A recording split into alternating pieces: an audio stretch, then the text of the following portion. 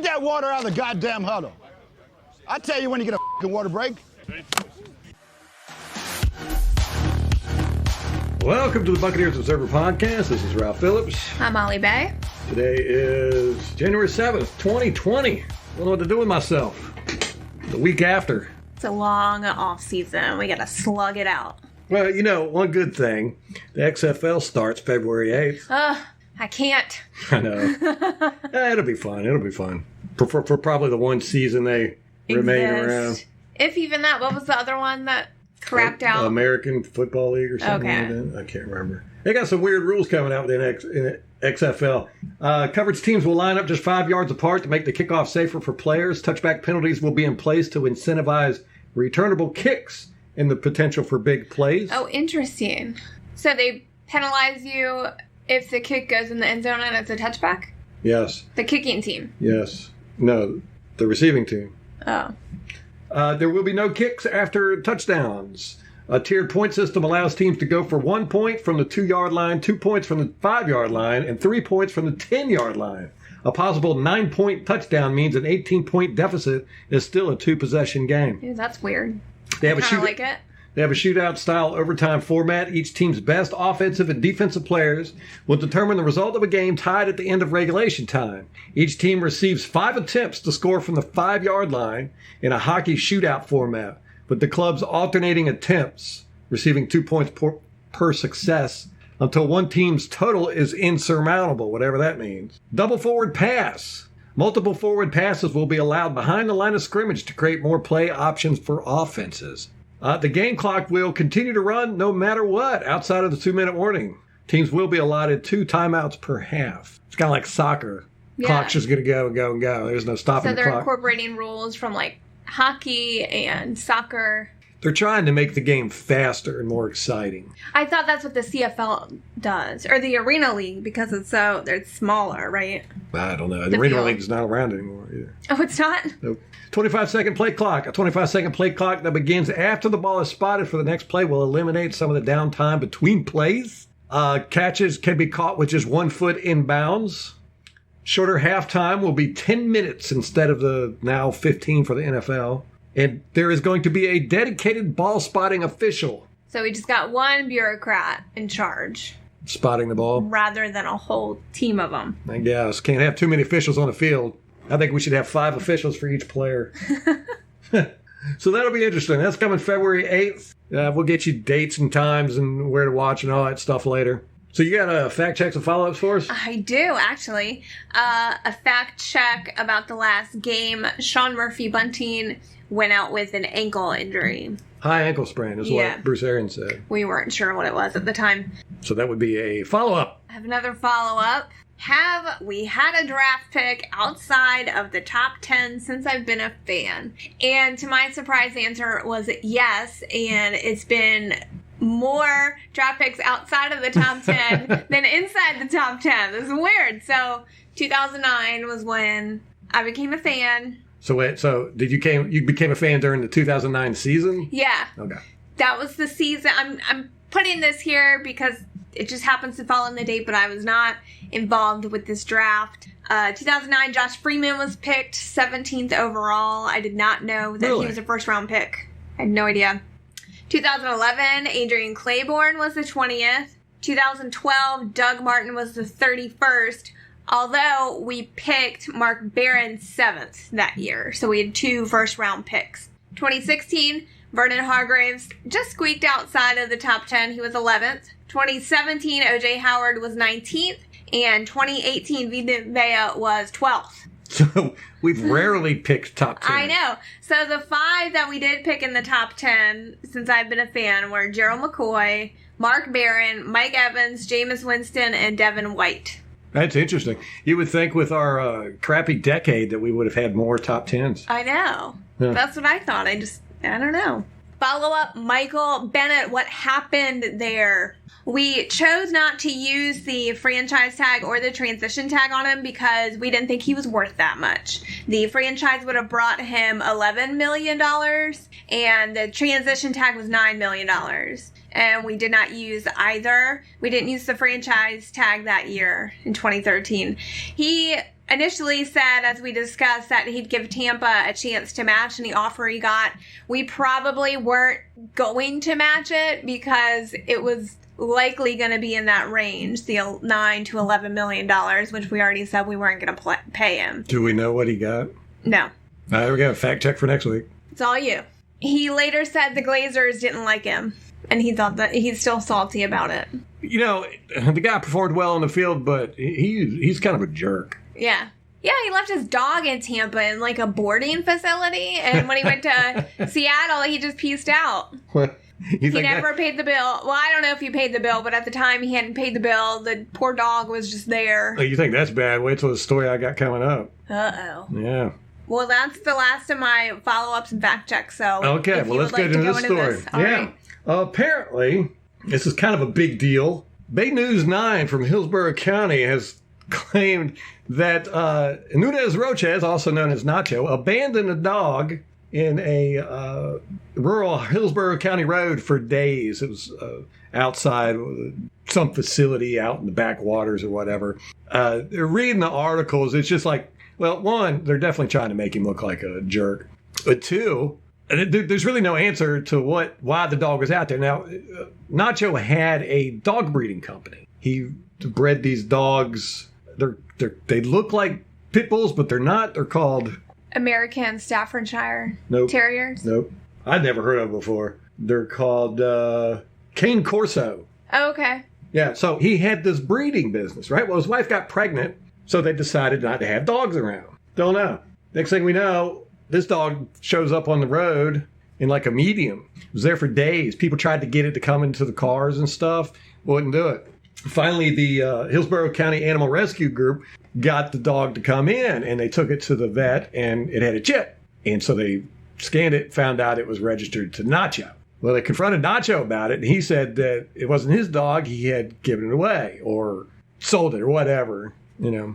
But he couldn't provide any evidence of that, or he didn't provide any evidence of it. And ever since then, he hasn't given any information. Well, the dog was rescued. Somebody adopted it. Nacho's wife contacted him and gave him all kinds of vet records and all that. And the people that adopted said she's been extremely helpful and very nice, but they still don't know why the dog was out in the middle of the road, apparently abandoned. Now, this news has been on the Buccaneers forums and stuff like that, and of course everybody is freaking out, calling him a dirtbag and all this good stuff. I don't know. I like Nacho. And this goes back to off-the-field crap. I don't really care. I don't care. I don't care if you put babies on spikes. If you play good football, I want to, because I'm about the football. You know, we do all this other stuff for fun, talking about the players and their off-the-field lives and all that good stuff. But when it comes down to it, I don't care. I really don't care. And two, I don't trust the media to not be hyping up some really stupid crap that's, you know, doesn't mean anything. But man, if people don't just take this crap to heart, and, you know, everybody wants him off our team now. Yeah. That's bizarre. Well, everybody that's read these articles, because these articles do definitely make him out to be this... The bad guy. Yeah, it's like a Michael Vick or something. You know? But yeah, I don't care. I don't care what people do in their off day. This is entertainment to me. I don't care about your politics, your personal beliefs, your sexual orientation, none of that crap. Just go out there and entertain me on the field. That's all I care about. 100%. That's all I care about. That's just my own personal opinion. It's fun, though. It's fun to sit around like TMZ this crap. But that's worse than what Bennett did. You know, he left the dog abandoned at the shelter. Boarding facility, Nacho. Well, no, because they keep those things. I mean, it was taken care of and fed. I don't know. Oh, yeah, the team's looking into the whole Nacho situation, too, because that really matters. If we lose Nacho over this mess, I'm going to be mad at Buccaneer fans and Bay News 9. He's good. I like Nacho. So anyhow, yeah, you're going to be getting all kinds of stuff like this all year long. There's not going to be any press conferences or anything coming from Buccaneer Place until, you know, unless there's new deals for players or something like that, they might announce something. But until at least the NFL Combine in late February, if then, generally they don't even say anything then. So, you know, we might be looking at... He sat down last season with all the media at a breakfast. Well, that was because he was a new coach. Yeah. Well, you know, we did sign 8 players to futures contracts. Right. All of them were practice squad players from 2019, except one, safety DeAndre Hall. The rest of them were practice squad players. The 8 players were defensive end Quentin Bell, center Anthony Fabiano, safety DeAndre Hall, defensive lineman Jeremiah Ledbetter, tight end Jordan Leggett, cornerback Herb Miller, tackle Brad Seaton. Oh gosh, I can't even say this one. Need some hooked on phonics. Running back Aka Cedric Ware. You know, I wonder if kids growing up now know what hooked on phonics are. No, because they don't have them read phonetically anymore. You don't, like, sound out the words, I don't think. Oh, good. It was always stupid. That was all the rage. Do you remember Hooked on Phonics? Yeah, that was the rage when I was in elementary school. Hooked on Phonics. You got any more Bucs news? Yeah. Okay. I've got NFL news. No Bucs coordinators have been looked at for interviews anywhere in the league. Which is fantastic. That's great for us, but then at the same time you go, what? Nobody wants our coordinators? Do they suck that bad? Or did BA just quietly tell him to back off? I don't think he'd do anything quietly. According to OverTheCap.com, the Bucs should get a 4th-round compensatory pick for Quan Alexander. Okay. Yeah, well... Wait, is that in the compensatory draft, or is that in the regular draft? Right? Because don't they have the 2 drafts? Oh, yeah, I think it's the compensatory draft. I don't know. We didn't even pick in that one last year. Nobody did, remember? But, you know, these compensatory picks are they're impossible to figure out. So, you know, take that with a grain of salt. I'm telling you, nobody understands it. There's probably 3 people on the planet that understand it. They're not telling anybody. They're the ones that wrote the rule, probably. The ones that manipulate it. A bunch of lawyers. 2019 Bucs rushing defense was the best rushing defense in franchise history, beating out the 2012 Greg Schiano rushing defense. Yes. They had 362 attempts for 1,181 yards, giving up a 3.26 average. This is the 11th best run defense in NFL history. Well, ever since 1978 when the league went to a 16-game schedule, anyhow. So, that's pretty impressive. Of course, I said that in 2012, and then 2013 came and everything blew up. Or was it the other way around? Yeah, it was 2013 when everything blew up, right? Yes. Okay. Lavonte David is 4th on the list of Buccaneers in tackling. Derek Brooks has 2,198. That's a lot of tackles. Rondé Barber, 1,428. That's outstanding for a cornerback. Hardy Dickerson, my boy, the reason why I became a Buccaneers fan, had 1,028, and David with 1,005. David had also one of 2 players since the sack became an official statistic in 1982 to record at least 1,000 tackles, at least 20 sacks, and at least 10 interceptions through their first 8 NFL seasons. Guess who the other one is? Ray Lewis. Yep. Hopefully Lavonte David won't kill anybody in the offseason. He was just named All-Pro. He was on the second team. There's another one. The All-Pro. That's funny. That's completely made up of journalists. I know. Media people. They get to pick. Yeah, it's the second team AP All-Pros. I mean, you know, I'm glad he's on there, but I don't know. We should do a I don't know, call it the AP All Podcast team. I like Get all the podcasters from. You were on a couple podcasts. That one with that one guy. Who was that? I don't remember. We'll get everybody involved that aren't journalists. So that means we can't get the Joe Bucks fans, Peter Report, all those guys. You got press pass. You can't be part of this list. You're excluded from the club. That's right. And we'll come up with our own team. Make it a big thing. They'd be made up of all Buccaneers. Our team would be. Yeah. All right, that's about it for Buccaneers news. Gosh, man, I tell you, I hate this time of year. I know. So blah. At least we still have the playoffs. Yeah, we lost 3 of our 4 picks in the playoffs. I think most people did. Yeah. I don't think anybody saw Tennessee steamrolling the Patriots like that. At all. You couldn't pick against the Patriots. That's just dumb. No. And Tom Brady is not going to end his career on a pick 6. So I fully expect him back with the Patriots next season. We laughed so hard when that happened because we're just like, Jameis! That's a Jameis move! Jameis and Tom Brady are in the same category. We can say that. I concur. And then the Saints losing the way that they did. Amazing. That was glorious. Great. And I went and looked up what Saints fans were saying, and all of them, they weren't upset about the officiating. They were upset about Drew Brees. And a lot of them were talking about getting rid of him. He's old. He's over the hill. His noodle arm. Yeah. They said he played like crap. So, I agree with him. Get rid of him. You can't bench him. No, he ain't going to sit on no bench. No. I think he's got to retire. This might, well, I mean, didn't you say he's a free agent this year? His Kind of, contract goes yeah. up? Yeah, it's kind of weird, his contract. I know. It's really hard to understand. Yeah. And we're simple folks, so. Sean Payton might be gone soon. Who knows?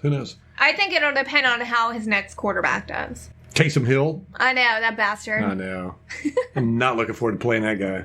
We'll figure him out one day. Bridgewater's going to be a free agent. They only signed him to a 1-year deal.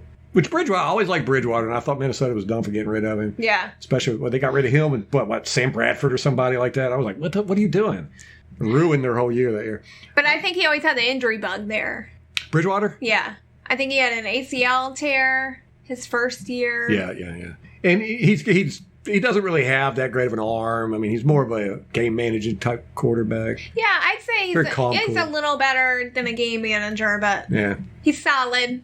I see people talking about we should get him for the Buccaneers. I'm like, what? No. The Buffalo game was crazy. I was really surprised that the Texans came back the way that they did, and Buffalo just shit the bed the way that they did. I really thought they had it. I mean, they were just dominating Houston early on. Who is Houston playing next? Kansas City? Yeah, at the Chiefs. Baltimore, Tennessee, that's going to be a good one. That's going to be a good smash-mouth football game. There are two big running teams, which brings me to my next point.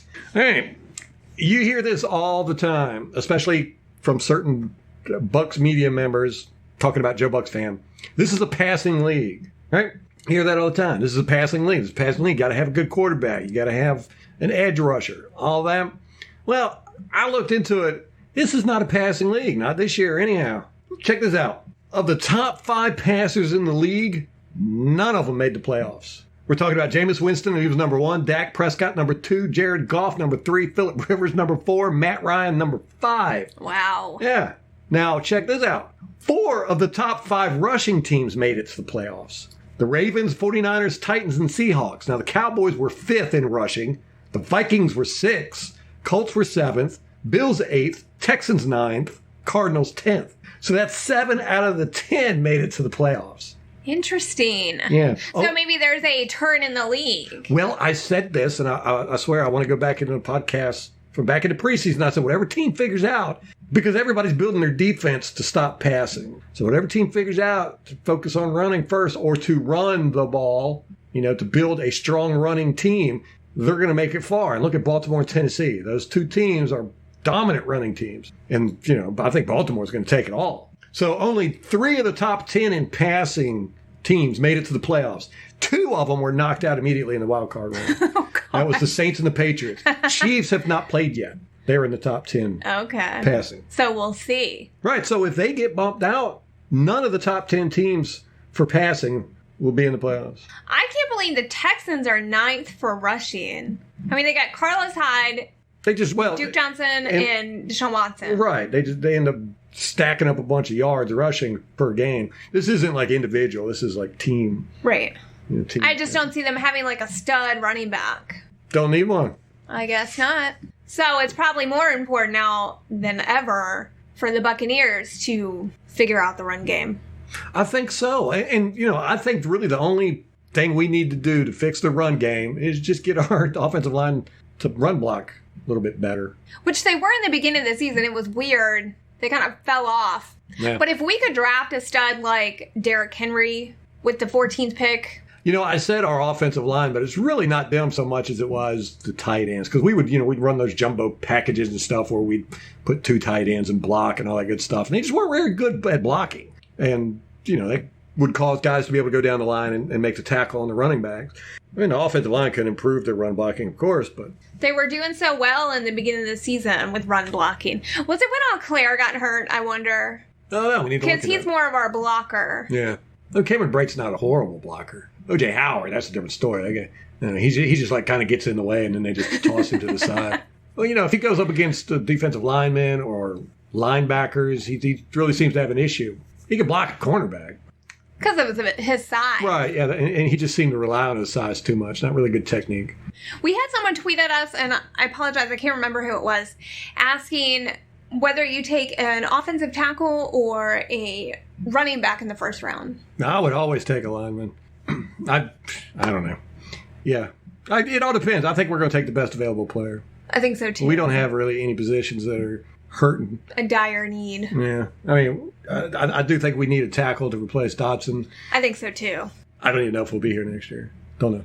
But Jason Light seems to favor these offensive linemen that come from small schools. Kappa, Marpet, that you get in later round. Yeah, I mean... So I don't know that would be his strategy.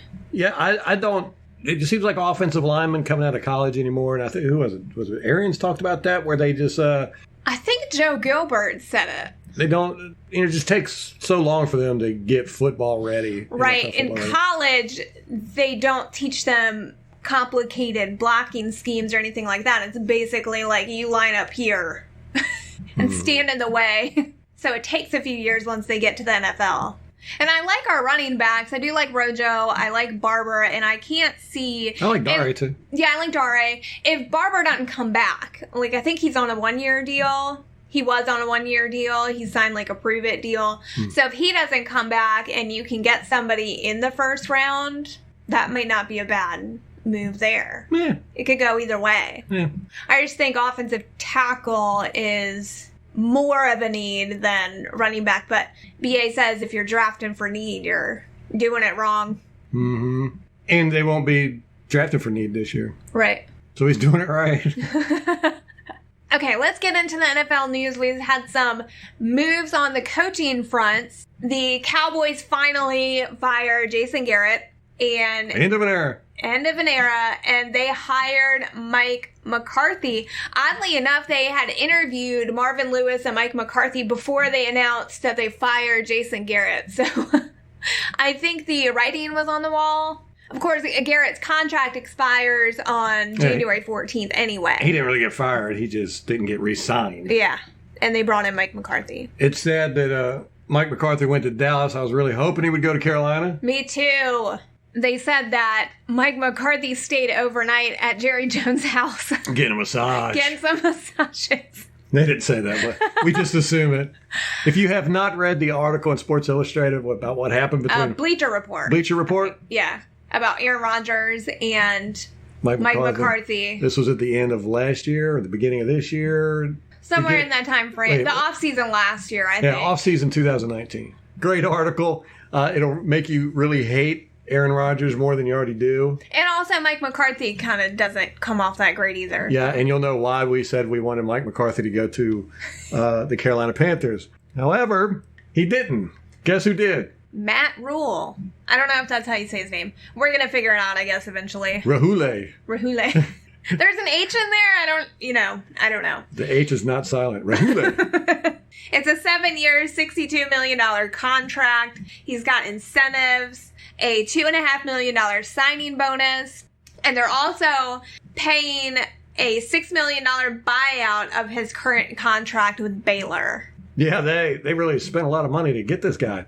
I hope he sucks, but it sounds like they really want to. I don't know anything about Baylor. We're just not college football people. I know he turned the program around there. At least that's what I read from the articles. He was a 1-11 one year and then 11-1 the next year or something. Okay, so in 2012, he served as assistant offensive line coach in New York under Tom Coughlin. Stayed there a year. Then he went to Temple, which is where BA coached in the 80s. He initially went 2-10 in 2013, then went 10-4 in 2015, and 10-3 in 2016. Hold on, how can you go 2-10 one year and then 10-4 the next year? I don't know. Don't ask me. I don't understand college football. Then, after the Baylor football program had a bunch of turnover because of some sexual assault issues, of course, he was hired, and they went, as you said, 1-11 in 2017, and then 11-3 in 2019. I don't know about 2018. Doesn't say. In any case, he's been branded as this rebuilder. So they want to rebuild the Panthers? Yeah. I know, which I don't know how that bodes for Why would Cam you want Newton. Why would you want to rebuild a contender? He is heralded as a culture changer. He is apparently into analytics, which we've seen that before. He believes in the RPO. Awesome. He's a former linebacker and believes in smash mouth football. His career head coaching record is 47-42. He's coached defensive lines, linebackers, quarterbacks, offensive lines, and all that good stuff before he became a head coach. So he's a defensive guy. He's done both. I mean, at New York, he was an assistant offensive line coach. Oh. But that's his only NFL experiences with New York under Tom Coughlin? I don't know. I'll go into more detail about this in our Know Your Enemy series this offseason. He doesn't call plays, but he does oversee the entire team's operations. And he can't be the biggest dummy in the world because he turned down an interview with Cleveland. So we may be in trouble, Bucs fans. I don't know. But we've heard this kind of resume before with Greg Schiano. All we heard about was how he turned records around. Yeah, and working under Tom Coughlin, who was a hard-nosed, old-school, the last of the old-school coaches. Who just got run out of Jacksonville because of his hard-nosed nonsense. Yeah, we'll see how that turns out. Maybe it'll be another Schiano for the Carolina Panthers. That'd be awesome. We'll find out. The Giants reached a deal with Patriots special team coordinator Joe Judge, which is an odd hiring to me. A special teams coordinator. I can't ever remember a special teams coordinator becoming a head coach. This is funny because their top two candidates were Mike McCarthy and Matt Rhule. So it looks like they got the bottom of the barrel. Wow. Why wouldn't you bring in Marvin Lewis? Because he sucks. Well. But then why would you bring in Mike McCarthy? Yeah. No. I mean, if your top two choices, if one of your top choices is Mike McCarthy, to me, between the two, I'd take Marvin Lewis. I saw Jim Schwartz is looking to be interviewed by the Cleveland Browns. Oh, poor Jim. Come on, don't do it. I mean, he survived Detroit, but I don't think you can survive Detroit and Cleveland. He ended up getting run out of Detroit. Exactly. And they're not much better off as an organization than Cleveland. I just can't see that going any better. Do you know what Matthew Stafford's contract is like? Is he coming up soon on I don't know. Agency? All right, so the Panthers signed the new head coach of Baylor, Matt Rhule. That got me intrigued because they paid him a lot of damn money. 7 years, $60 million. That's a lot of money for a head coach. And then they paid Baylor $6 million as a buyout. That's a lot of money. I'm in the wrong damn profession.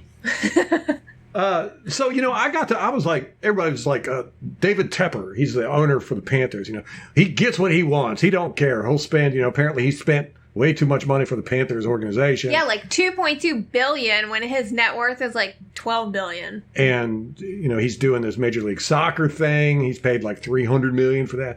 All kinds of crazy stuff. The guy apparently throws money around like it's oxygen. So I looked into this guy. I was like, I didn't know anything about him.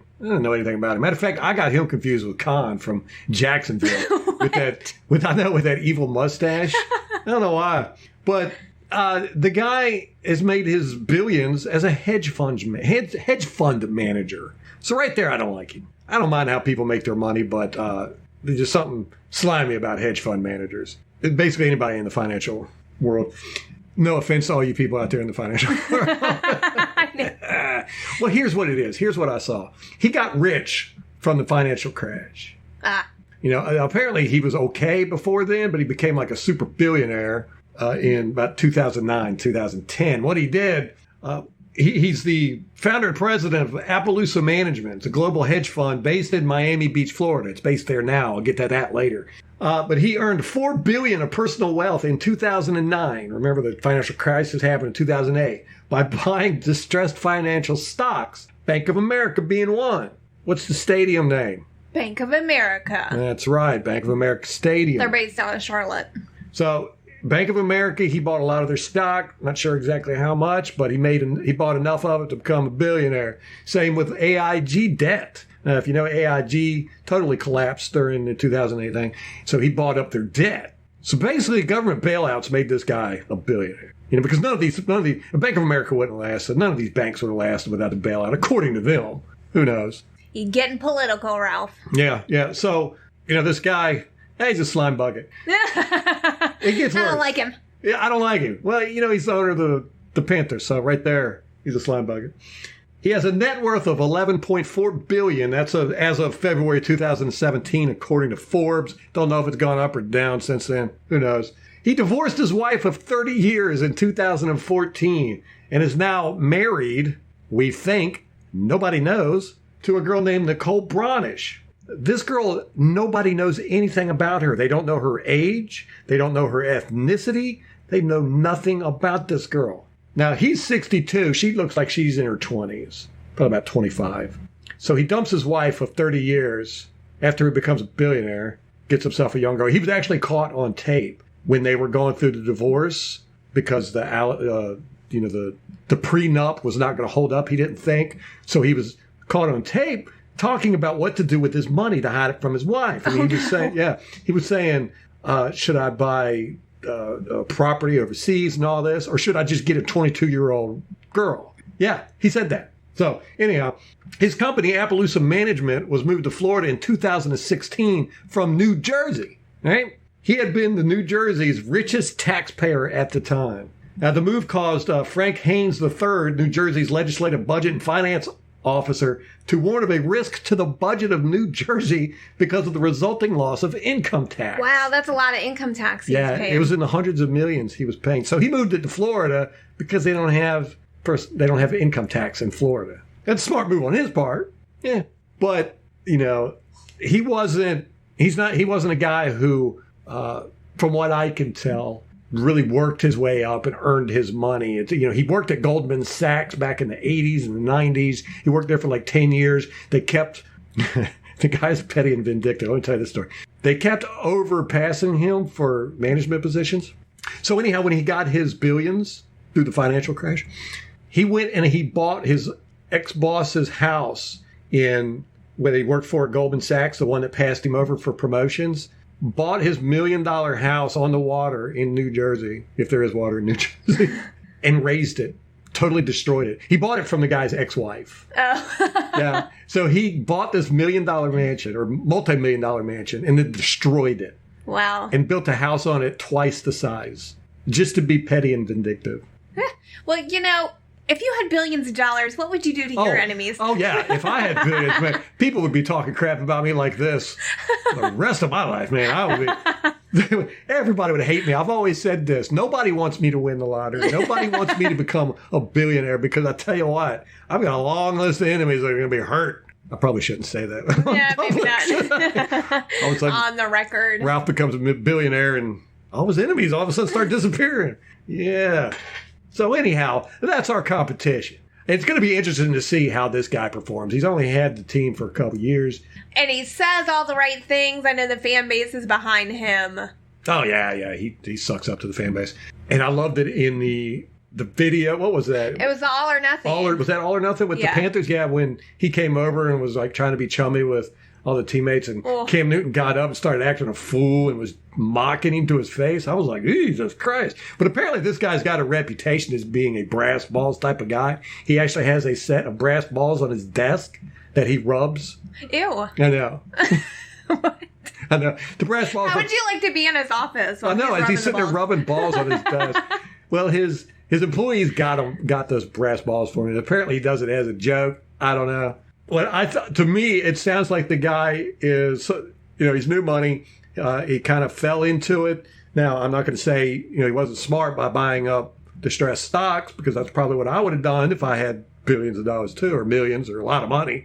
Especially when you know that the government's getting ready to bail all these places out. Why not buy their stock? He bought Bank of America stock when it was $3. So, he made billions off of just Bank of America alone, buying their stock. So anyhow, I don't see the guy as being a mastermind financial genius. Definitely don't see. He's an opportunistic. Yeah, I don't have a problem with that either. But I'm talking about in a football sense. I don't know, man. This might be a little bit too much for him to chew. We'll see. We shall see. And I don't know if he's all up in the business of the coaches and stuff like Jerry Jones is. He kind of strikes me as that type of guy. Just reading up on him, he thinks he can do everything. He's definitely got that aggressive attitude. So, And this isn't his first NFL team. I think he was a minority owner with the Steelers. Yeah, 5% minority owner. He actually had to sell the minority ownership to buy the Carolina Panthers. But he got the Carolina Panthers by overbidding a North Carolina native who had strong ties in Charlottesville. Charlotte. And one of the reasons why he was able to outbid the guy was because of his previous dealings with all the other team owners. They were kind of okay with him. The other guy had more of a struggle because They didn't know him. He wasn't in the club. Yeah. Yeah. So we'll see. I want to see the Panthers crash and burn. Well, it looks like this Matt Rhule, he does have 1 year of the rebuild where he goes 1-11. Why would you go and hire a college coach who's not proven in the NFL and give him a 7-year contract for $60 million? I guess if you got money like that, it doesn't matter. But he's probably going to end up be paying this guy after he fires him. You know, he's going to have to pay him 3 or 4 years worth of salary. The Buccaneer way. Yeah. Buccaneer, like we did with Lovey, like we did with... I think Shiano. Like we did with Gruden, like we did with... Raheem. Dirk. Well, no, he got a job after. Yeah, we paid Lovey. I think we signed him to a 5-year contract. Kept him, 2-3 years? 2. 2 years, was it? God, ugh. That was 2 horrible years. So he goes to the Illinois, right? Chicago, coaches their team, runs it into the ground, basically. So I was thinking, okay, he's just going to do that until his contract runs out with the Buccaneers, and he's not getting that Buccaneer money anymore. But he's still there. Yeah, and I think he kind of turned it around this year. It only took him 4 years. Anyhow. But yeah, it's very strange about that girl. Nicole Bronish. There's nobody knows anything about it. They don't even know if they're married. There's no information anywhere on this girl. Then nobody knows if she even speaks English. I mean, I'm sure there's somebody out there that does, but there's nowhere in the internet world. That's so weird. The world that matters. Yeah. Well, I think that's a pretty strong indication she's not his wife. I don't know, man. I don't know. There's reports that they got married, but nobody knows for sure. How do you keep a lid on that? He must keep her in the house, like locked in a box or something. She just shops on Amazon all day. Because she's shopping. She ain't married him for his looks. So yeah, there's at least a 30-year difference between those two. I mean, this is wrong. She looks. I would say she's about 25. She might be older. She might be 30. Not much older than that though. Pretty girl. She looks kind of Iranian or Polynesian. Not Polynesian. I don't know. Darker skin, dark haired. She might have been Jewish. Israeli. Don't know. Well, I'm sure with his money, he's got the pick of them. So. Yeah, I can't wait for all the Panther fans that are going to text me, send me messages about this one. They love this guy. Apparently, they're not going to love him when he moves the team. I guess. I don't know. The team's relatively new, anyhow. So I don't know how much of a fan base there is in Charlotte to begin with. I don't know. In the offseason, they moved, the practice facility and the offices to South Carolina. Yes. And the rationale was that it's supposed to be Carolina, like South Carolina and North Carolina. So they wanted to give South Carolina more of a piece of the team, I guess. But that's just dumb. It's just dumb. You don't see the New England Patriots doing that. Yeah, I know. New England's like a whole bunch of... Yeah, whole bunch of states. Nope. They're just in Massachusetts. You sure their practice facility's not in Maine? Maybe. Almost said Spain. In Maine. Well, whatever. It's Panthers fan, so I don't really care. Yeah. Move the team, please. It's going to be interesting to see how Rhule does. Why would he pronounce his name Rhule and then have an H in it? It's got to be different, don't you? All right, so no press conferences after the podcast here because there are no press conferences. That's all done, wrapped up. Got some videos going to be coming out. The first one is going to be an analysis of all of Jameis Winston's interceptions this year, 2019. About 30 of them. I like it. That should be a good breakdown. So what are you going to do? Look at whose fault they were? Yeah, I'm going to try to break it up into categories so we can get a kind of more of a feel. Now, I'll tell you right now, most of them are Jameis Winston's fault. It's hard to see it on game film, but he leaves a lot of receivers open, and he throws to covered guys. If you watched my videos, I point that out quite a bit. So when I see that, that's going to be Jameis Winston's fault. So there's going to be quite a few of those. Also going to do a video on his sacks. Yeah, I'm really interested to see that one. Yeah. Is it the offensive line? Is it the running back? Is it him? I can tell you the vast majority of them are going to be his fault because, he just runs out of the pocket too much and runs right into sacks or, runs when he doesn't have to. Right, that's the big thing. Also going to do a comparison. I'm going to try not to spend too many videos on Jameis Winston. But the one I wanted to do, and if you've been listening to this podcast long enough, I was going to do this at the beginning of the year, and I wish I would have done this, the offseason last year. The things that I think need to be fixed with Jameis Winston. And one of them is his damn happy feet. And I'm going to compare him to good quarterbacks like Drew Brees. I almost threw up in my mouth when I said that. Tom Brady. Good quarterbacks. that have good pocket presence and just show how, because I see it with Deshaun Watson. He does the same thing. Yeah, and he carries the damn ball like a loaf of bread in his hand. And didn't Michael Vick used to do the same thing? Yep. In his hand, away from his body, running with it. It's so easy for it to get knocked out that way. So I'm going to do a comparison to that and just show the things that the reading the field, the happy feet. I wish he'd do more pump fakes, not these double clutches he does. That drives me crazy. Why would you pump fake to the guy you're going to throw to?